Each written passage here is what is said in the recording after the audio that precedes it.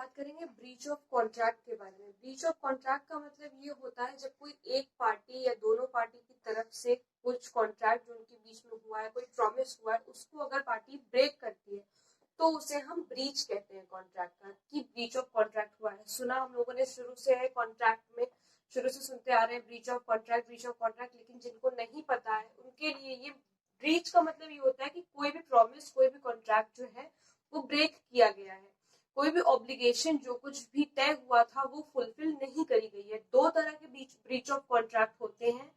सबसे पहला होता है एंटीसिपेटरी ब्रीच ऑफ कॉन्ट्रैक्ट और दूसरा होता है एक्चुअल ब्रीच ऑफ कॉन्ट्रैक्ट। पहला होता है anticipatory breach of contract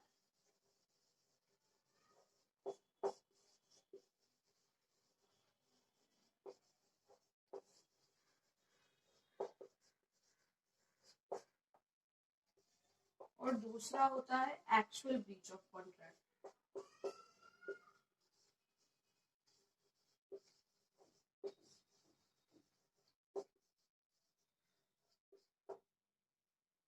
anticipatory breach of contract सबसे पहली चीज तो सेक्शन 39 इंडियन कॉन्ट्रैक्ट एक्ट के तहत डिफाइंड है, और इसका मतलब ये होता है कि जब ब्रीच ऑफ कॉन्ट्रैक्ट कब हुआ।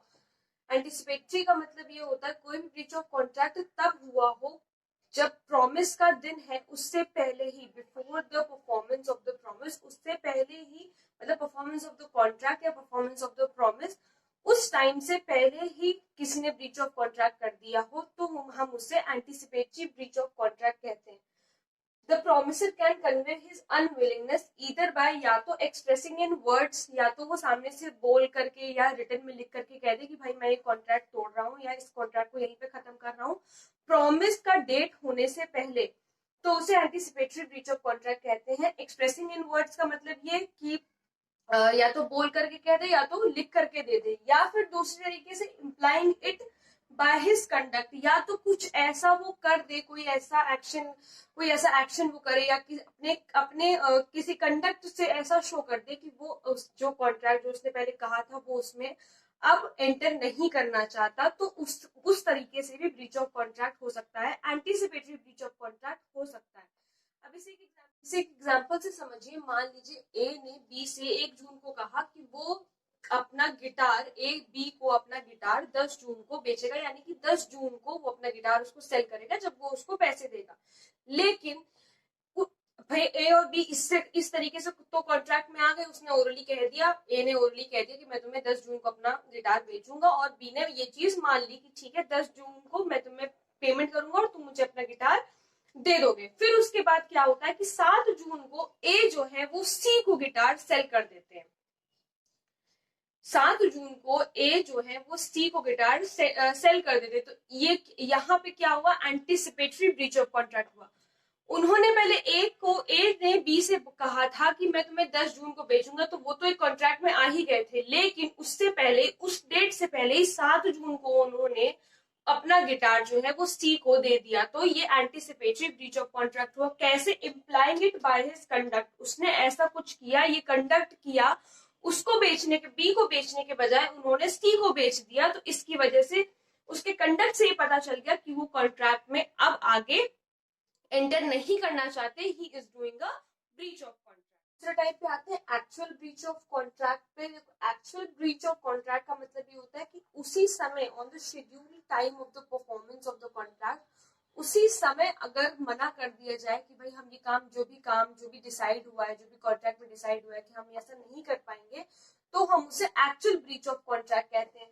दो तरीके से ये भी कमिट किया जा सकता है। At the time when the performance of the contract is due, उसी समय जब किसी टाइम पे कोई कहा गया कि इस टाइम पे ये काम करना है, उसी समय उसी डेट की पे अगर हम मना कर दे कि हम ये काम नहीं कर पाएंगे, तो वो एक्चुअल ब्रीच ऑफ कॉन्ट्रैक्ट होगा, या फिर during the performance of the contract, या फिर उसी समय उसी जगह पर। दोनों चीजों का मतलब यही हुआ। कहने का मतलब सिर्फ इतना ही है कि उसी दिन अगर मना कर दिया जाए, जिस दिन वादा किया गया है वो काम करने का, उस दिन अगर मना कर दिया जाए तो वो एक्चुअल ब्रीच ऑफ कॉन्ट्रैक्ट होता है। जैसे हमने पहले एग्जांपल में देखा था, वो गिटार वाला जो एग्जांपल था, उस दिन अगर बी को 10 जून को मना कर देते कि मैं तुम्हें गिटार नहीं दे पाऊंगा जिस दिन उन्होंने प्रॉमिस किया था देने का, अगर वो उस दिन उनको मना कर देते तो कहा जाता कि वो एक्चुअल ब्रीच ऑफ कॉन्ट्रैक्ट था। लेकिन उन्होंने 7 जून को किसी और को बेच दिया, तो उसकी वजह से वो एंटीसिपेटरी ब्रीच ऑफ कॉन्ट्रैक्ट हो गया।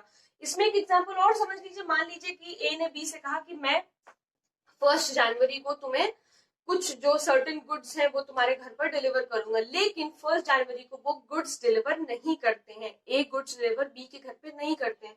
तो ऐसे में क्या हो गया, ये एक्चुअल ब्रीच ऑफ कॉन्ट्रैक्ट हो गया कि उस दिन उन्होंने कहा था लेकिन उस समय उस टाइम पर उन्होंने ऐसा नहीं किया। यही दोनों चीजें यहाँ पे लिखी हुई, at the time when the performance of the contract is due and during the performance of the contract. तो एंटीसिपेटरी ब्रीच ऑफ कॉन्ट्रैक्ट का मतलब क्या हुआ कि टाइम से पहले ही, जो भी टाइम दिया गया है कि इस टाइम पे ये परफॉर्मेंस होनी थी कॉन्ट्रैक्ट की, उससे पहले ही अगर कोई अपने कंडक्ट से या मना कर देता है बाय हिज वर्ड्स ओरल और रिटन, तो हम उसे एंटीसिपेटरी ब्रीच ऑफ कॉन्ट्रैक्ट कहते हैं। एक्चुअल ब्रीच ऑफ कॉन्ट्रैक्ट क्या है कि उसी समय मना किया गया हो जब performance of the contract due हो। तो 2 तरीके के कॉन्ट्रैक्ट हो गए, 2 ही तरीके के कॉन्ट्रैक्ट होते हैं, anticipatory breach and actual breach of contract. I hope आप लोगों को समझ में आ गया होगा। नहीं समझ में आया है तो please let me know in the comment section. I will surely reply to all your questions. Thank you.